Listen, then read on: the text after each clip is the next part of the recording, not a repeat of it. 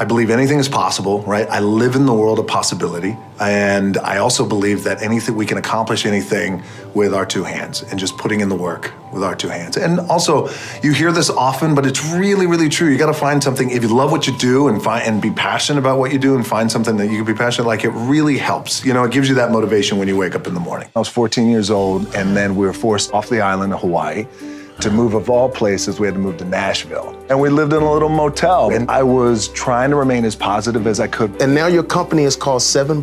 Why is that? $7. So my goal was to play in the NFL, but that didn't happen for me. I went up to the Canadian Football League. I played up there. Yeah. I got cut from there, flew back down to Miami. Mm-hmm. My old man was living in Tampa. Mm-hmm. I called him at midnight when I landed. I said, you gotta come get me. Mm-hmm. On the way back up to Tampa, I said, God damn, let me see how much money I got.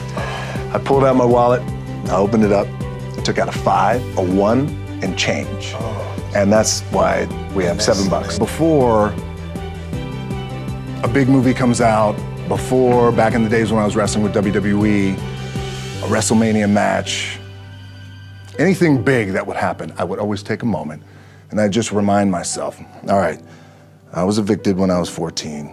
We were kicked off the island, we couldn't live in Hawaii, had no place to live. A lot of shit happened then when I moved to Nashville. I was arrested multiple times by the time I was 16 years old. Like, I remember that.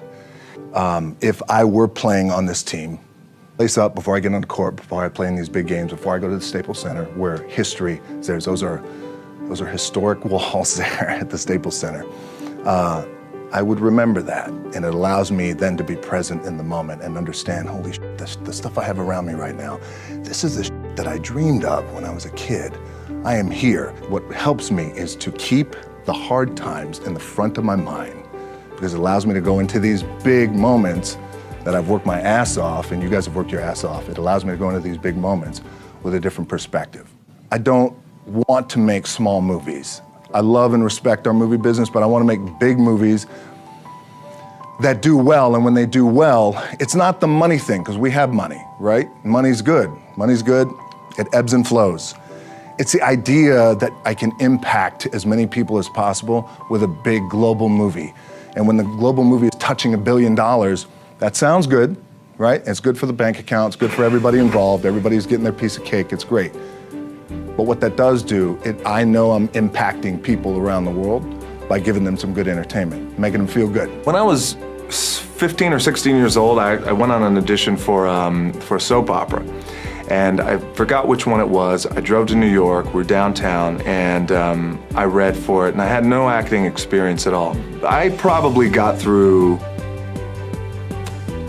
4 lines before they had said, that's fantastic, but you know what, I think we're gonna go in a different direction. Thank you very much. And I was like, oh, okay, great, but I did great, you know. It was very genuine. I do good, I wanted feedback. And they were like, yeah, sure, no, you did great, absolutely. Somebody get that cardboard box and just set it here, because it'd probably be just the same. And then I had another audition with Stephen Sommers. That was my big audition for The Mummy Returns. I had one line in the movie, and that wasn't even English, it was Egyptian dialogue. It was Aku Mashente, and I'll never forget it. It probably means, are you silly enough to actually say these lines? And I was at that time.